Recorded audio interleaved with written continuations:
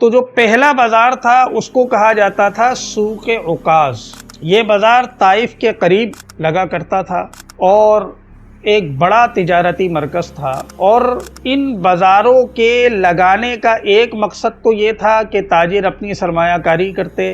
Social media پر مختلف plate forms پر یہ سوال پوچھا جاتا ہے کہ آپ صلی اللہ علیہ وسلم نے سب سے پہلے جنگ کون سی لڑی؟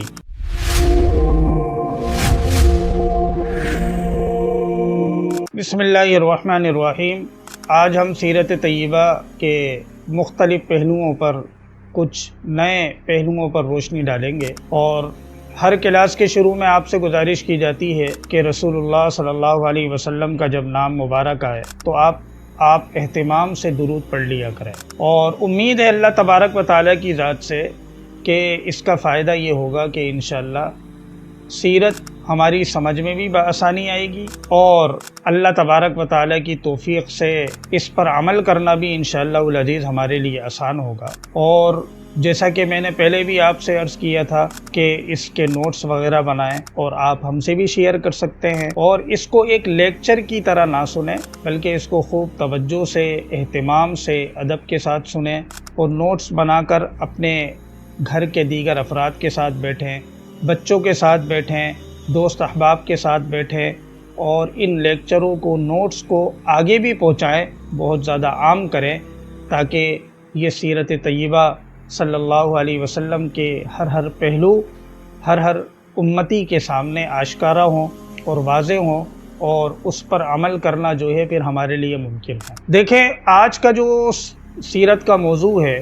اس کو کہا جاتا ہے حرب الفجار اور حلف الفضول۔ اس کا پس منظر سمجھنے سے پہلے میں آپ کے سامنے بطور تمہید کے 2 پوائنٹ واضح کرنا چاہتا ہوں، اور یہ ضروری اس لیے ہیں کہ اس کے بغیر آپ کو حرب الفجار کا صحیح پس منظر سمجھ میں نہیں آئے گا۔ پہلی بات یہ ہے کہ اس زمانے میں پورا جزیرۃ العرب کے اندر بازار لگا کرتے تھے، اور تقریباً سال کے 12 مہینے مختلف علاقوں میں مختلف بازار لگا کرتے تھے۔ یہ عرب کے بڑے بڑے تجارتی مراکز تھے۔ سیرت کی کتابوں میں تو تقریباً 12 بازاروں کا ذکر ملتا ہے، لیکن سب کی وضاحت کرنا ضروری نہیں ہے۔ میں صرف 3 بازاروں کے بارے میں آپ کو بتاتا ہوں کہ جس کی بنیاد یہ ہے کہ حرب الفجار یا حرب الفجار کا سمجھنا ان بازاروں کے پس منظر کے سمجھنے پر موقوف ہے۔ اور یہ جو 3 بڑے بازار تھے یہ مکۃ المکرمہ کے بالکل بیچ میں، وسط میں لگا کرتے تھے، اور آج کل جو اس کی لوکیشن ہے وہ سعودی عرب کا ملک ہے، جہاں پر اس حدود میں یہ 3 بازار لگا کرتے تھے۔ تو جو پہلا بازار تھا اس کو کہا جاتا تھا سوق عکاظ۔ یہ بازار طائف کے قریب لگا کرتا تھا اور ایک بڑا تجارتی مرکز تھا، اور ان بازاروں کے لگانے کا ایک مقصد تو یہ تھا کہ تاجر اپنی سرمایہ کاری کرتے اور پھر اس کے ذریعے تجارت کرتے۔ تو عرب کی معیشت کا دار و مدار یہ بازار تھے، اور صرف عرب کے لوگ ہی ان بازاروں کے ساتھ جڑے ہوئے نہیں تھے بلکہ دنیا کے مختلف حصوں سے لوگ آتے اور ان بازاروں میں سرمایہ کاری کرتے، تجارت کرتے، اپنا سامان فروخت کرتے۔ اور عربوں کے لیے یہ صرف ایک بازار نہیں تھے بلکہ یہ سوشل ایکٹیویٹی کا ایک بڑا حصہ تھا۔ بہت سے لوگ یہاں آ کر ملتے، جڑتے، حال احوال ایک دوسرے کا وہ لیتے، اور جو ان کا پسندیدہ مشغلہ تھا جنگ کرنا، اس کی پلاننگ اور منصوبہ بندی وہ وہاں پر کرتے۔ عربوں کا ایک بڑا شوق تھا شعر و شاعری کا، قصیدے پڑھنے کا، تو بڑے بڑے ادیب شعراء جو عرب کے یہاں مشہور اور معروف تھے وہ وہاں پر آتے اور اپنے اپنے قصیدے پیش کرتے۔ جس کا قصیدہ سب سے بہتر ہوتا اس کی باقاعدہ تعریف کی جاتی تھی۔ تو یہ بازار در حقیقت عرب کی معیشت کی ریڑھ کی ہڈی سمجھے جاتے تھے، اور پورے سال کی معیشت کا دار و مدار انہی بازاروں پر تھا۔ تو ان میں سے ایک سوق عکاظ تھا جو طائف کے قریب لگا کرتا تھا۔ دوسرا جو بازار ہے اس کو سوق مجنہ کہا جاتا ہے، اور یہ جو مر الزہران ہے جس کو وادی فاطمہ کہا جاتا ہے، اور پہلے بھی آپ نے یہ ویڈیو میں سن لیا، پڑھ لیا کہ یہی وہ جگہ ہے جہاں رسول اللہ صلی اللہ علیہ وسلم بکریاں چرایا کرتے تھے۔ اس جگہ پر یہ سوق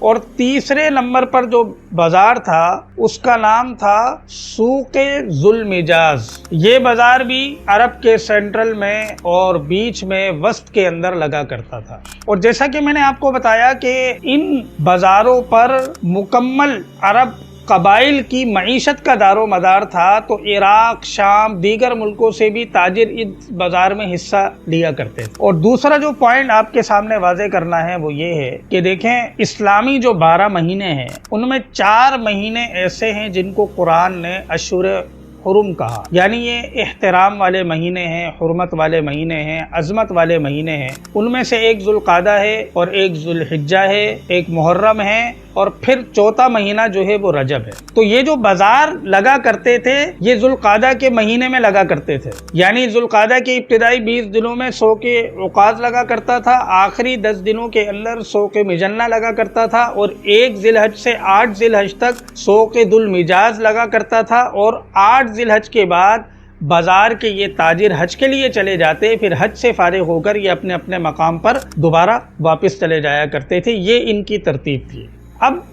یہ سمجھیں کہ ذوالقعدہ کے مہینے میں یہ 3 بڑے بازار کیوں لگا کرتے تھے؟ اس کی وجہ یہ ہے کہ عرب قبائلوں کا ایک مشغلہ تھا قافلوں پر حملہ کرنا، تجارتی قافلوں کو لوٹنا، ان کا مال چھین لینا۔ تو چونکہ یہ بڑے بڑے تجارتی بازار تھے اور لوگ بڑے پیمانے پر سرمایہ لگایا کرتے تھے، اس لیے وہ یہ چاہتے تھے کہ یہ بازار میں ہمارا سرمایہ محفوظ ہو اور ہم یہاں سے جو کچھ کما کر لے کر جائیں یا بیچنے کے لیے لائیں یا خرید کر لے کے جائے، ہمارا سامان محفوظ ہو۔ تو چونکہ یہ جو قرآن نے جن کو حرمت والے مہینے کہا، ذوالقعدہ، ذی الحج، محرم اور رجب، یہ رسول اللہ صلی اللہ علیہ وسلم کی تشریف آوری سے پہلے بھی ان مہینوں کا احترام عرب کے یہاں موجود تھا، کیونکہ اس کا احترام ابراہیم علیہ السلام کے دین سے چلا آ رہا تھا۔ اور عربوں میں اگرچہ بہت زیادہ جہالت تھی، بہت زیادہ برائیاں تھیں، لیکن ابراہیم علیہ السلام کی دین کی کچھ باتیں ان میں موجود تھیں۔ ان میں سے ایک چیز یہ تھی کہ وہ ان 4 مہینوں کا احترام کیا کرتے تھے۔ اس میں وہ قتال نہیں کیا کرتے تھے، اس میں وہ کسی کو تکلیف نہیں دیتے تھے، اس میں وہ لوٹ مار نہیں کرا کرتے تھے۔ تو اس لیے ذوالقعدہ اور ذی الحج کے 8 دن اور ذوالقعدہ کا پورا مہینہ، ان دنوں میں یہ 3 بڑے بازار لگا کرتے تھے،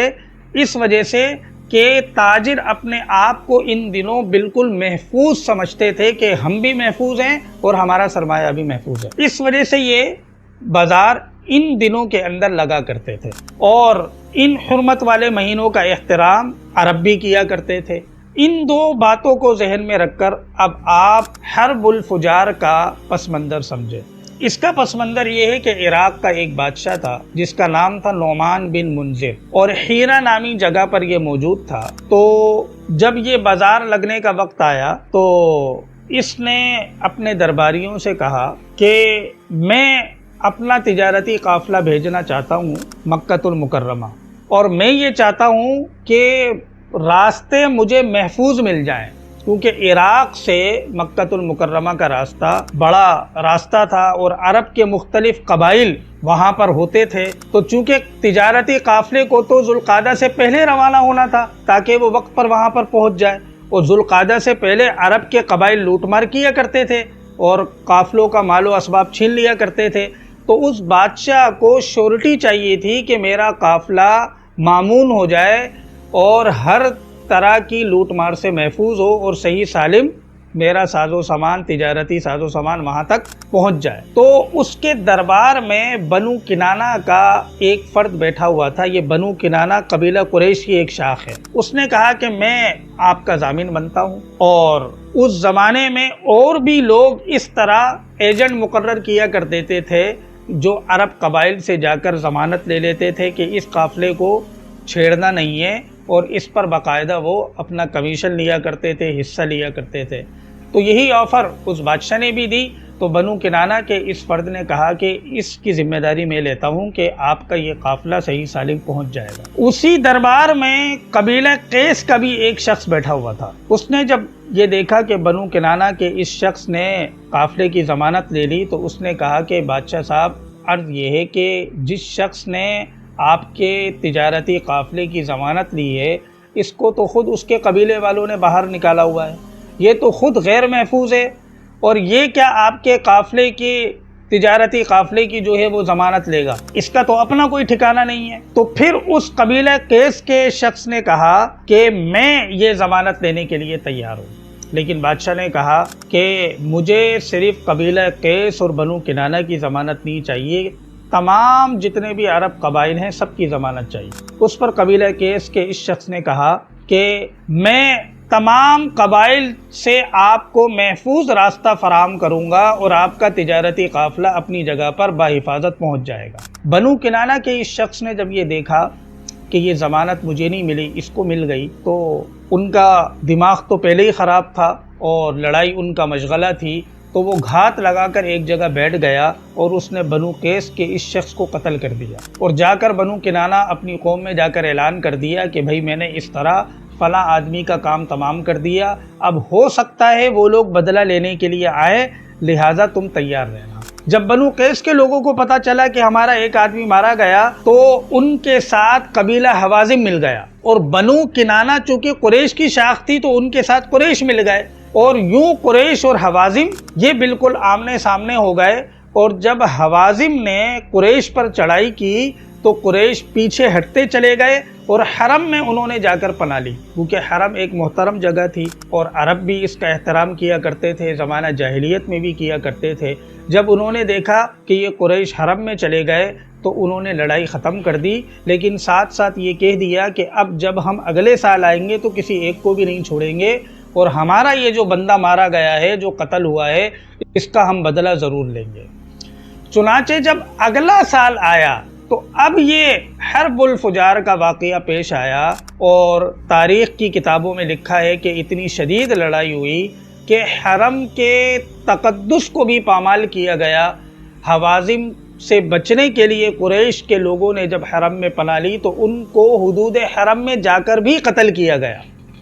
بالآخر جب لڑائی خوب ہو گئی تو مصالحت ہوئی، اور یہ طے پایا کہ دونوں طرف کی لاشوں کا موازنہ کیا جائے، جس قبیلے کے لوگ زیادہ مرے ہیں ان کو دیت دی جائے گی، اور جب موازنہ کیا گیا تو قبیلہ حوازن کے لوگ زیادہ مرے تھے تو قریش نے دیت دی، اور یوں یہ لڑائی ختم ہوئی۔ دیکھیں، یاد رکھیں، یہ جو میں نے آپ کو واقعہ بتایا ہے اس کی کوئی سند تاریخ کی کتابوں میں نہیں ملتی، اس لیے یہ مستند نہیں ہے۔ اب سوال یہ پیدا ہوتا ہے تو بھئی تو اس واقعے کو پھر بیان کرنے کی آخر ضرورت کیا تھی؟ اس واقعے کا سیرت کے سمجھنے سے کیا تعلق ہے؟ تو دیکھیں، بڑا گہرا تعلق ہے۔ وہ سوال یہ ہے کہ آیا رسول اللہ صلی اللہ علیہ وسلم نے حرب الفجار میں بنفس نفیس خود شرکت کی تھی یا نہیں؟ سوشل میڈیا پر مختلف پلیٹ فارمز پر یہ سوال پوچھا جاتا ہے کہ آپ صلی اللہ علیہ وسلم نے سب سے پہلے جنگ کون سی لڑی، جس میں ایک آپشن یہ دیا جاتا ہے حرب الفجار کا۔ تو دیکھیں، یہ جو حرب ہے یہ کہتے ہیں لڑائی کو، اور فجار یا فجار یہ فجرن سے نکلا ہے، اس کے معنی آتے ہیں گناہ والی، یعنی گناہ والی لڑائی، کیونکہ یہ ذی القعدہ کے مہینے میں لڑی گئی اور یہ حرمت والے مہینے تھے، اور ان مہینوں میں لڑائی حرام ہوتی ہے، تو عرب بھی اس کو اسی نام سے یاد رکھا کرتے تھے، یہ گناہ والی لڑائی ہے، ایسے مہینے میں لڑی گئی جس میں لڑنا منع ہے۔ لیکن اب یہ بحث، یہ سوال کہ رسول اللہ صلی اللہ علیہ وسلم خود شریک ہوئے یا نہیں، اس کا سمجھنا سیرت کے سمجھنے کے لیے نہایت ضروری ہے۔ تو دیکھیں، ابن اسحاق نے ایک روایت لکھی ہے جس میں انہوں نے یہ لکھا کہ رسول اللہ صلی اللہ علیہ وسلم نے فرمایا، جنگ کے دوران میں اپنے چچاؤں کو تیر اٹھا اٹھا کر دیا کرتا تھا، کیونکہ چچاؤں کے شدید اصرار پر آپ اس جنگی قافلے میں شامل تو ہو گئے تھے۔ اس وقت آپ کی عمر ایک روایت میں 14 سال، ایک میں 15 سال، آخری قول یہ ہے کہ 20 سال تھی۔ اور رسول اللہ صلی اللہ علیہ وسلم نے ابن اسحاق کی روایت میں لکھا ہوا ہے، فرمایا کہ جو تیر میرے چچاؤں کی طرف آتا میں اس کا دفاع کیا کرتا تھا۔ تو اس سے یہ پتہ چلتا ہے کہ رسول اللہ صلی اللہ علیہ وسلم نے شرکت تو کی حرب الفجار میں، لیکن قتال نہیں کیا، لڑائی نہیں کی۔ لیکن ابن اسحاق نے یہ جو روایت لکھی ہے اس کی کوئی سند نہیں ہے۔ بعد میں علامہ ذہبی نے اپنی تاریخ کی کتاب میں بھی یہ روایت لکھی ابن اسحاق کے حوالے سے۔ حافظ ابن کثیر علیہ رحمہ نے اپنی تاریخ کی مشہور کتاب البدایہ والنہایہ میں یہ روایت لکھی، لیکن انہوں نے بھی ابن اسحاق کا حوالہ لکھا۔ تو تو جس مورخ نے بھی یہ روایت نقل کی ہے اس نے ابن اسحاق کا حوالہ لکھا، اور ابھی میں نے آپ کو بتایا کہ ابن اسحاق نے جو یہ روایت لکھی ہے اس کی کوئی سند نہیں ہے، لہٰذا یقین سے نہیں کہا جا سکتا کہ رسول اللہ صلی اللہ علیہ وسلم نے بنفس نفیس اس لڑائی میں حصہ لیا ہو، کیونکہ تاریخ کی کسی معتبر روایت میں ہمیں یہ بات نہیں ملتی۔ اس لیے زیادہ صحیح بات یہ معلوم ہوتی ہے کہ رسول اللہ صلی اللہ علیہ وسلم نے حرب الفجار میں ذاتی طور پر نہ تو شرکت کی، نہ کسی قسم کا آپ نے کوئی حصہ لیا۔ تو اصل چونکہ اس سوال کا سمجھنا ضروری تھا کہ آیا رسول اللہ صلی اللہ علیہ وسلم نے حرب الفجار میں شرکت کی یا نہیں، اس بات کو سمجھانے کے لیے حرب الفجار سے پہلے جو عرب میں میلے لگتے تھے، بازار لگا کرتے تھے، اس کا پس منظر میں نے آپ کے سامنے رکھا، حرمت والے مہینوں کا پس منظر آپ کے سامنے رکھا، حرب الفجار کا مختصر خاکہ آپ کے سامنے پیش کیا، تاکہ یہ بات صحیح طور پر سمجھ میں آ جائے کہ یہ حرب الفجار کا صحیح پس منظر ہے کیا، اور رسول اللہ صلی اللہ علیہ وسلم نے جو روایات میں ہمیں ملتا ہے، مختلف پلیٹ فارمز پر ہمیں یہ بات نظر آتی ہے کہ آپ نے سب سے پہلی جنگ حرب الفجار لڑی، آیا اس میں کتنی صداقت ہے، تو اس سارے واقعے کو سامنے رکھ کر آپ خود اس کا تجزیہ کر سکتے ہیں کہ یہ بات کتنی مستند ہے اور کتنی نہیں ہے۔ اس پورے واقعے میں ہمارے لیے عملی سبق یہ ہے کہ یہ جو حرمت والے 4 مہینے ہیں، ذوالقعدہ، ذی الحج، محرم اور رجب، ان کے 2 حکم ہیں۔ ایک حکم تو یہ ہے کہ ان میں لڑنا منع ہے، دوسرا حکم یہ ہے کہ ان مہینوں میں گناہ کے کاموں کا وبال بھی بڑھ جاتا ہے اور نیک کاموں کا ثواب بھی بڑھ جاتا ہے۔ یہ جو دوسرا حکم ہے یہ آج بھی برقرار ہے، لہذا ان 4 مہینوں کا احترام ہر مسلمان کو کرنا چاہیے۔ اس کا عملی احترام یہ ہے کہ ان مہینوں میں گناہوں سے اپنے آپ کو بچانے کی انسان کوشش کرے، کیونکہ گناہ کا وبال ان مہینوں میں زیادہ ہو جاتا ہے۔ ویسے تو 12 مہینے بچنا ہے، لیکن آدمی اگر ان 4 مہینوں میں خاص گناہوں سے بچنے کی کوشش کرے گا تو اس کی برکت سے اللہ تعالیٰ 12 مہینے اس کی حفاظت فرمائیں گے گناہوں سے۔ اور نیک کاموں میں بڑھ چڑھ کر حصہ لینا چاہیے، کیونکہ ان مہینوں کے تقدس، احترام، فضیلت اور عظمت کا تقاضا یہ ہے کہ نیک کاموں کا ثواب بھی اللہ تبارک و تعالیٰ ان 4 مہینوں میں بڑھا دیتے ہیں۔ تو یہ جو دوسرا پہلو ہے ان 4 حرمت والے مہینوں کا، یہ آج بھی برقرار ہے۔ رہا پہلا پہلو کہ آیا ان 4 مہینوں میں جہاد کیا جا سکتا ہے یا نہیں، تو جمہور علماء کا رجحان اس بات کی طرف ہے یہ حکم اب منسوخ ہو گیا، کیونکہ رسول اللہ صلی اللہ علیہ وسلم سے قبیلہ حوازن کا محاصرہ ذی القعدہ میں ثابت ہے، اور بہت سے صحابہ اکرام رضوان اللہ تعالی علیہ مجمعین نے ذی القعدہ، ذی الحج، محرم اور رجب کے مہینوں میں اقدامی جہاد بھی کیا ہے۔ لہٰذا اس سے یہ پتہ چلتا ہے کہ ان 4 مہینوں میں جہاد کیا جا سکتا ہے یا نہیں، اس کا حکم جو ہے وہ اب منسوخ ہو چکا۔ لیکن جو ان 4 حرمت والے مہینوں کا دوسرا پہلو ہے کہ ان میں گناہوں کا وبال بڑھ جاتا ہے اور نیک کاموں کا ثواب بھی بڑھ جاتا ہے، یہ حکم اب بھی موجود ہے۔ لہٰذا ان 4 مہینوں کو ہمیں اس کی عظمت، تقدس کا لحاظ رکھ کر گزارنا چاہیے۔ السلام علیکم ورحمۃ اللہ وبرکاتہ۔